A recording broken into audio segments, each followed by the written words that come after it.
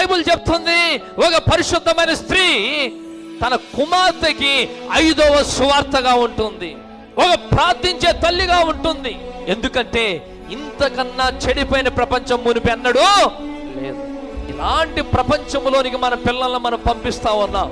పంపిస్తున్నప్పుడు నీవు నీ ప్రార్థనా సహాయాన్ని దేవుని యొద్ద విన్నవించాలి. ప్రభువా, నా కుమార్తెని ప్రపంచంలోనికి చదవడానికి పంపిస్తున్నా, నువ్వు కాయ్యా, నువ్వు భద్రపరచయ్యా.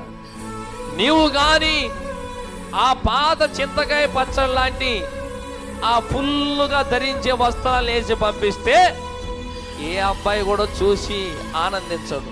అసలు ఆమెల ఆకర్షణ లేదు. కానీ నువ్వే ఇరుకైన బట్టలు వేసి పంపించావు అనుకో, ప్రతి ఒక్కడు ఆ అమ్మాయిని చూస్తాడు.